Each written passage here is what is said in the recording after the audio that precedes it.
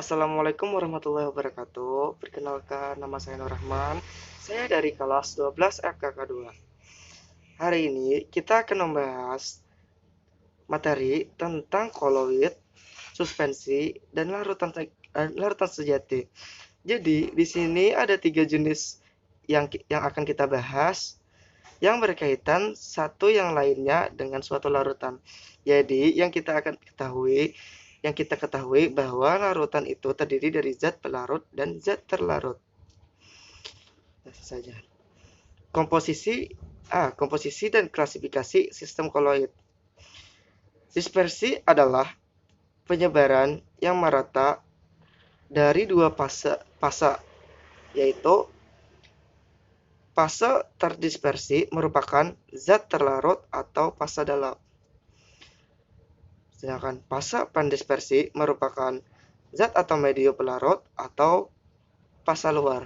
Umumnya, fase pendispersi memiliki jumlah yang lebih besar daripada fase perdispersi. Jadi, selanjutnya kita akan membahas satu-satu tentang koloid, suspensi, dan larutan sejati. Yang pertama, larutan sejati, atau yang lebih umum disebut larutan.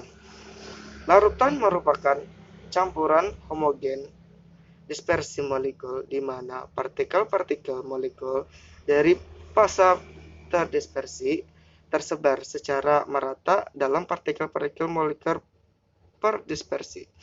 Jadi, larutan sejati merupakan campuran homogen di mana partikel-partikel molekul dari fase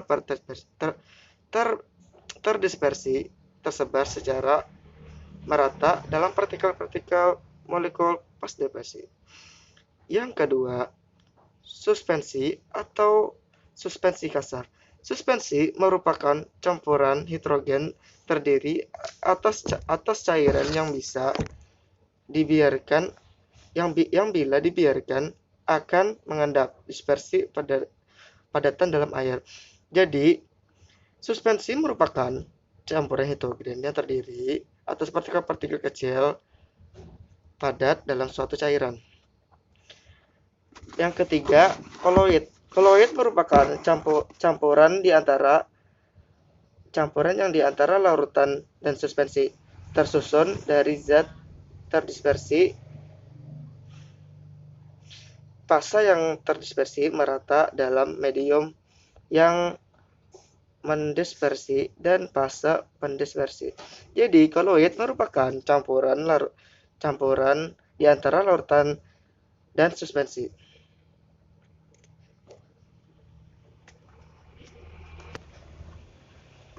Selanjutnya, kita akan membedakan antara larutan sejati,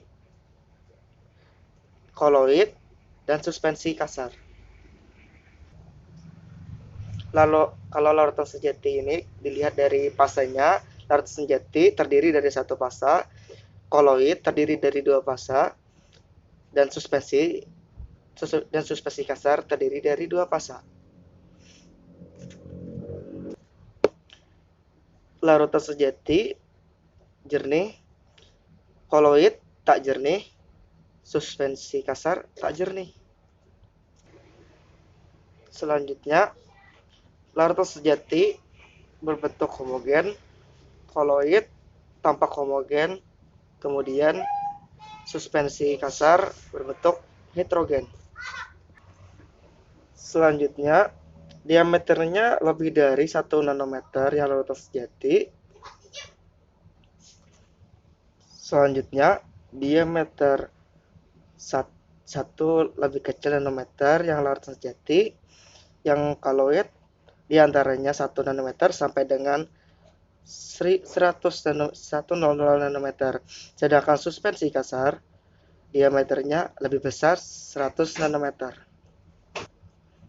Larutan sejati itu tak dapat disaring, sama halnya dengan koloid tak dapat disaring. Beda dengan suspensi kasar bisa disaring.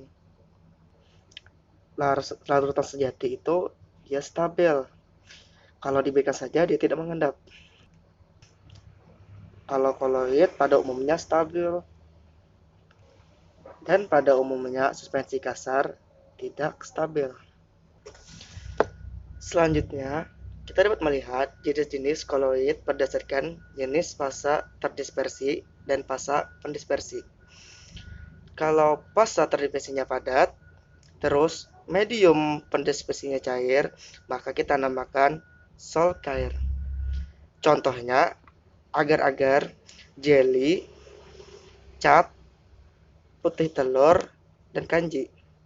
Kalau fasa terdispersinya padat, medium pendispersinya gas, kita namakan aerosol padat.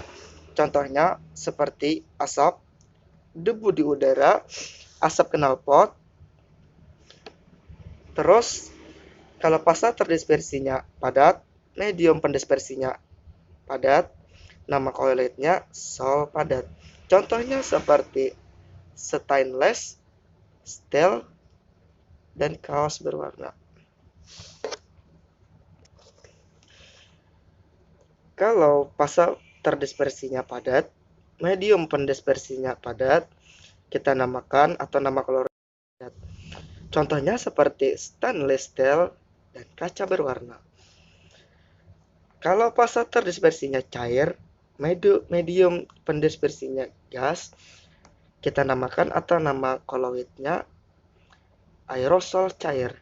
Contohnya seperti kabut, awan, hairspray, dan obat semprot.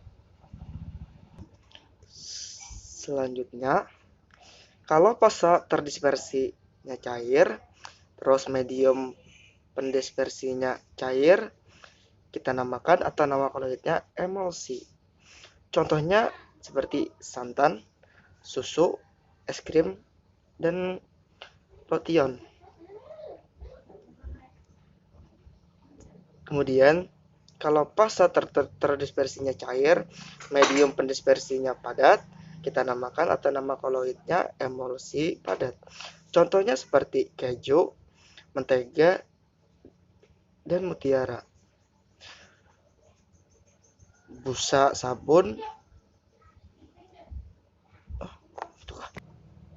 Selanjutnya, kalau fasa terdispersinya cair, medium pendispersinya padat, kita namakan atau nama koloidnya emulsi padat. Contohnya seperti keju, mentega, dan mutiara. Kemudian, kalau fasa terdispersinya gas, medium pendispersinya cair, kita namakan atau nama koloidnya buih busa. Contohnya seperti ombak, kocokan ombak atau kocokan putih telur. Dan yang terakhir, kalau fasa terdispersinya gas, medium pendispersinya padat, kita namakan atau nama koloidnya busa padat. Contohnya seperti karet busa dan batu apok. Demikian dan sekian penjelasan dari saya. Saya ucapkan terima kasih. Assalamualaikum warahmatullahi wabarakatuh.